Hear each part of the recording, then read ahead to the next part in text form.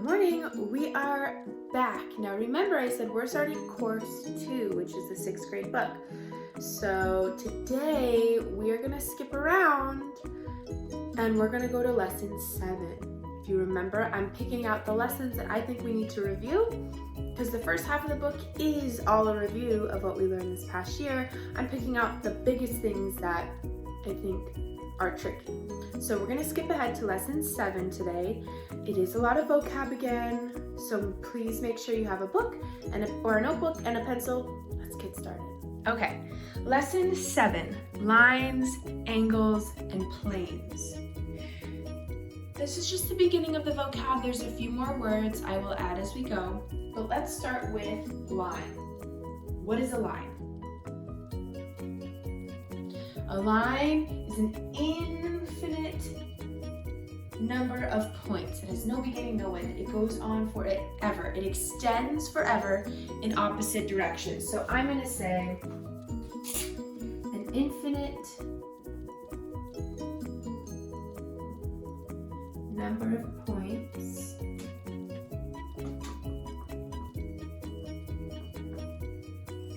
extending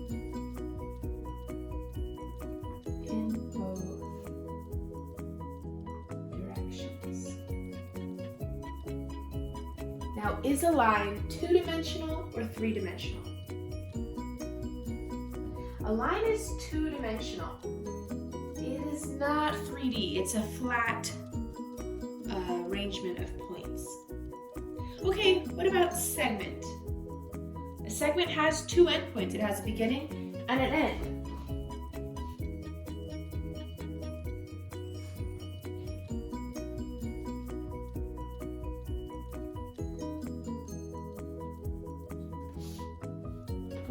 I was going to fall over. Okay, we have lines, we have segments. So now, what is a plane? A plane is a flat surface with a length and a width, but not a depth. So you might imagine a piece of paper, or if you're looking at a screen, something on that screen is 2-dimensional. It's a flat surface.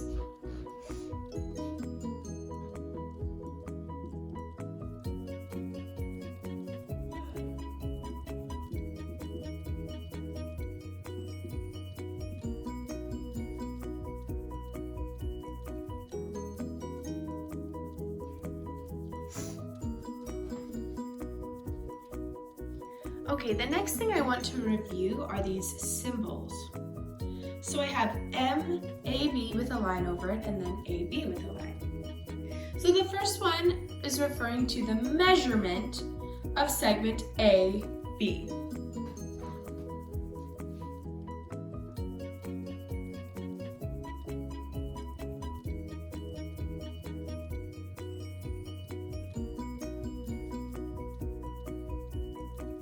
So you might see this symbol used if you are referring to how long a line segment is. You would say M, line segment AB. So then the second symbol is just segment AB.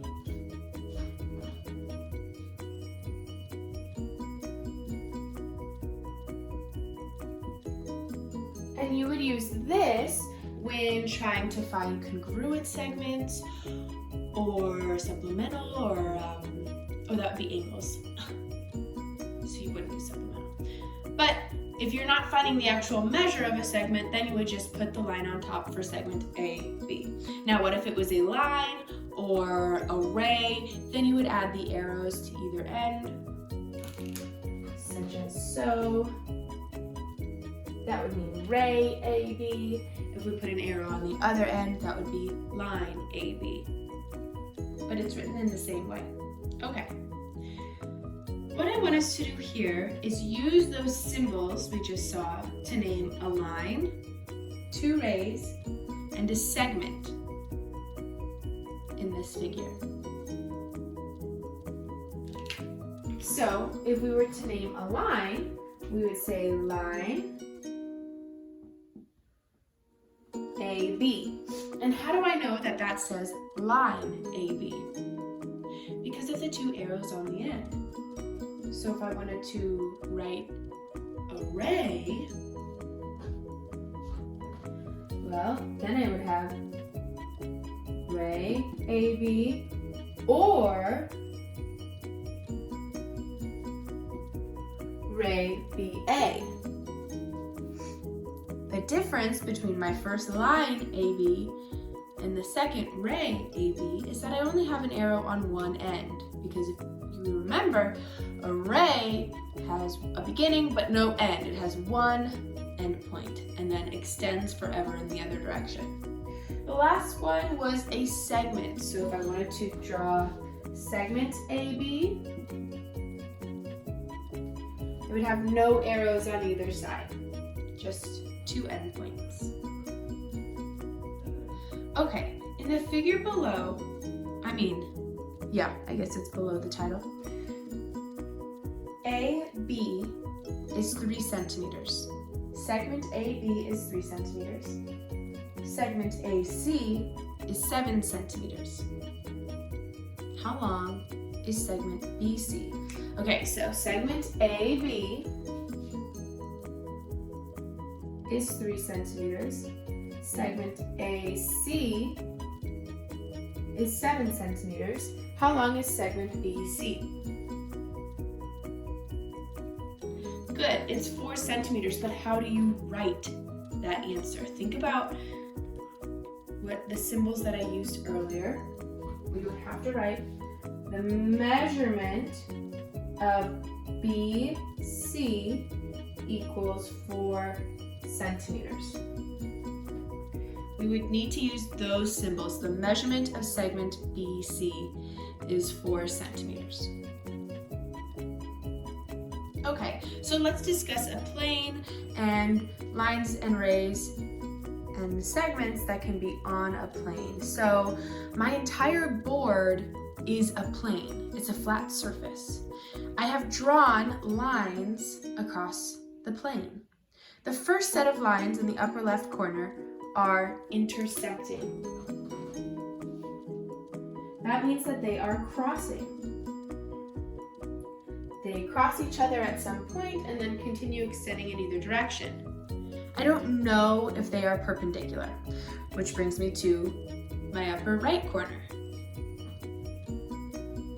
Adding this little square here tells me it makes 90 degrees, which also means that those lines are perpendicular. They intersect at 90 degrees. If I don't know for sure that it makes 90 degrees, then I just simply say they are intersecting lines. But if they do make 90 degrees, then they are perpendicular. In the bottom left corner, they're not intersecting at all. They are parallel.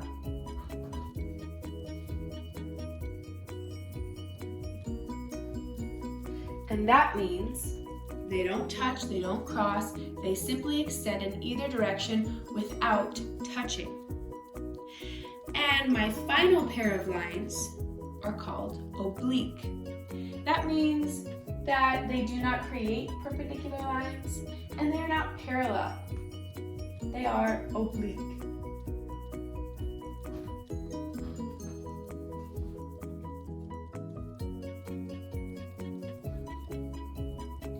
Oblique lines can intersect, that's okay, but they're specifically not intersecting at 90 degrees and they are not parallel. So anything that's not parallel or perpendicular is oblique. Next, I have a variety of angles on the board. So which of these angles could we call acute? Angle DEF. And we label that as angle DEF is acute. Which of these angles can we say is straight? Angle GH is in a line. So we would say angle GH is a line or a straight line. Which of these angles is right? Angle ABC.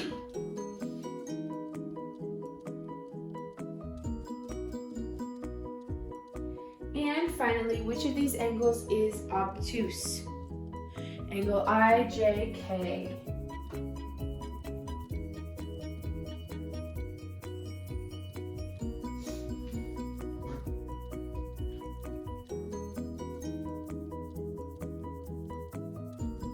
Okay, looking at this example, I have a few questions.